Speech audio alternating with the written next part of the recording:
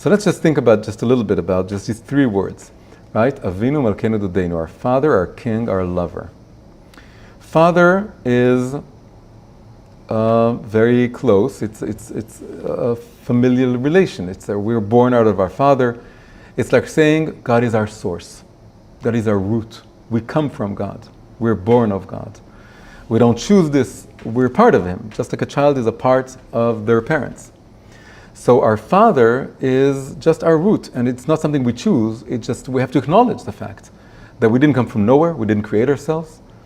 And even in the command, one of the 10 commandments, honor your father and your mother, it's considered in a certain way as being a commandment not between you and other people, but between you and God, you and Hashem.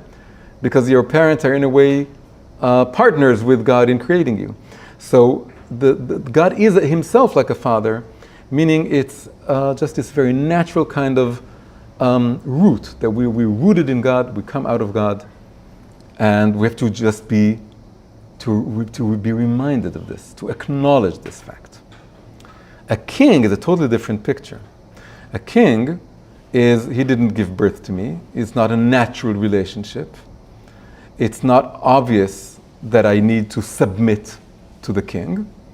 In a way, I have to choose this.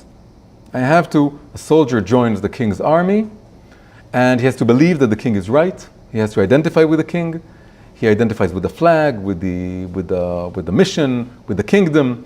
There's loyalty, there's patriotism, and you have to choose, to voluntarily choose to join, to serve this king, and to do the king's bidding. And it's not as natural as it is to honor your parent. You can also not honor your parent, but it's more natural. But a king is something much more distant. If we talked about imminence and transcendence, now within the two masculine figures, the father is more imminent and the king is more transcendent. Beautifully, interestingly, Dodeinu, the lover or the spouse, is in a way a combination. Because once again, it's a family relationship, but it's not one that you're born into, it's one that you choose. So it's choosing to have an intimate connection to Hashem. Right? You choose it like you choose to serve the king, to accept the yoke of the king, to take upon you the Ol Malchut Shamayim, the yoke of the king's commands. You choose to take upon you the vows of marriage and so on, but then you become a family. So it's a bit like the father in the sense that it's a family thing now, and the more you live together, the more it becomes like even sometimes stronger than the relationship you have with your own parents. And you yourself become parents. And on the other hand, you're not born into it, you choose it. So that's just a very sort of general feel for those three words. Now we want to understand them more specifically. What kind of connection to Hashem does each one of these images invite us to experience? And we're going to look at this through, because we started with forgive us and pardon us and absolve us, that we're going to look at it through losing that relationship and then regaining it.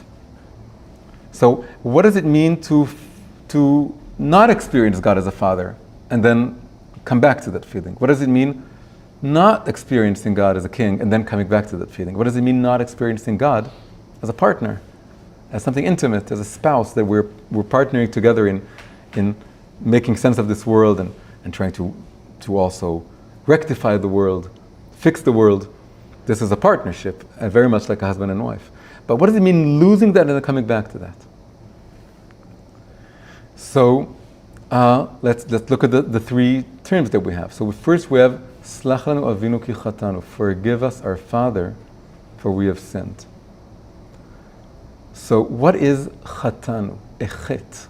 The original Hebrew word for sin here is chet. Chet, the definition of chet is that it's involuntary. Just like we said that father is something involuntary. Sin, chet, is involuntary. It happens when you make a mistake, when you forget. And it's the root of the the verb in Hebrew to miss the mark. Le'achti. Like I throw an arrow and I miss the mark, it's called when I hechteti et hamatara. Sinning, by definition, the specific Hebrew term here, chet, has to do with not noticing something, forgetting something.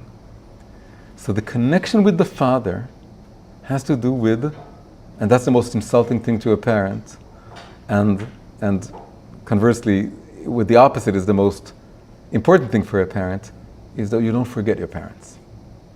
You grow up, you move into the world, and the tendency is to forget your parent. And you don't think about it so much.